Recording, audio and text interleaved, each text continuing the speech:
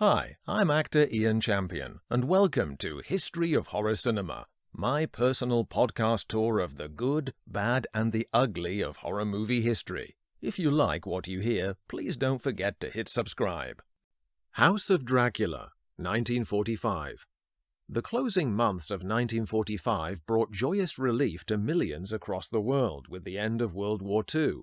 For fans of Universal horror movies, there was a less welcoming silence of their great guns of monsterdom, with the final woeful attempt at serious franchise milking with House of Dracula. Directed like the previous multi-pack creature feature The House of Frankenstein by Earl C. Kenton, it was scripted by Edmund T. Lowe, who had written Lon Chaney's original The Hunchback of Notre Dame back in 1923. Here, he would supply dialogue for the son now too, as Lon Chaney Jr. returned along with John Carradine and Lionel Atwill.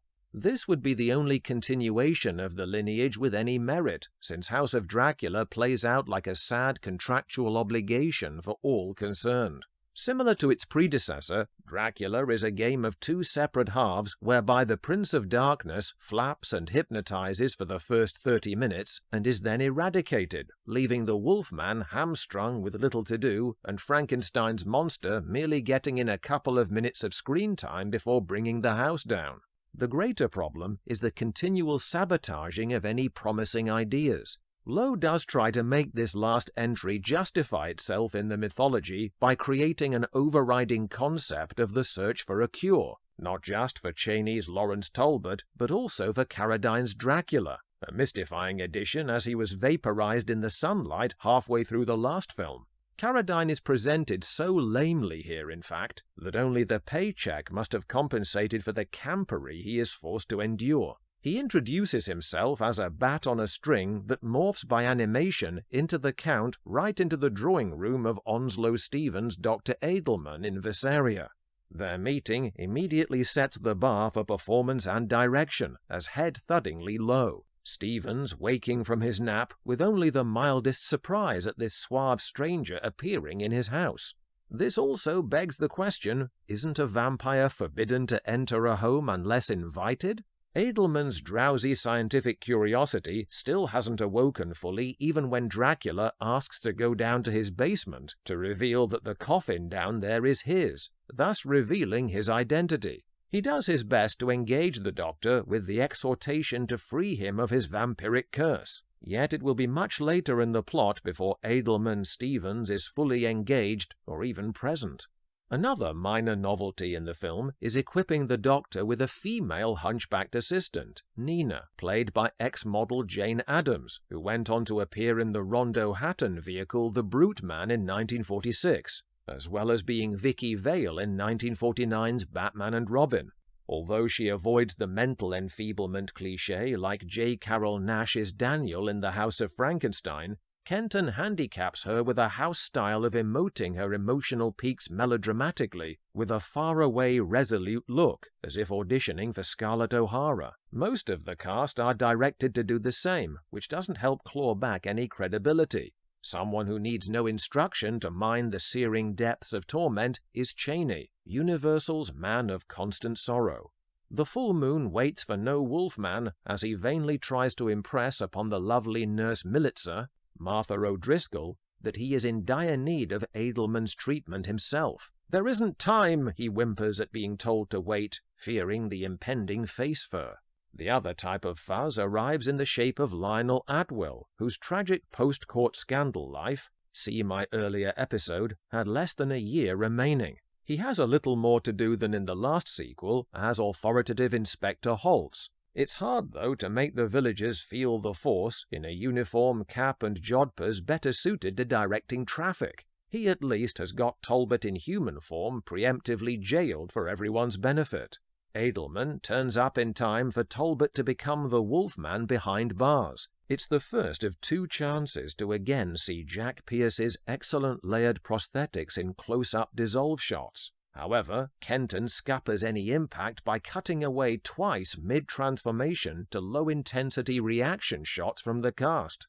After a failed suicide bid to leave the movie by taking a header into the raging sea, Talbot is found in a sea cave by Edelman. and here we are asked to swallow two ludicrous contrivances in one. Not only does the tunnel network grow the Clavaria formosa spores that Edelman believes can reshape Talbot's cranium instead of using surgery, okay, that's kind of plausible, it also somehow contains the washed-up body of Frankenstein's monster and the skeleton of Dr. Niemann, who we last saw drowning inland in quicksand. Ironically, Boris Karloff pulled off the greatest escape act of all by refusing to come back from the dead for any more of this nonsense.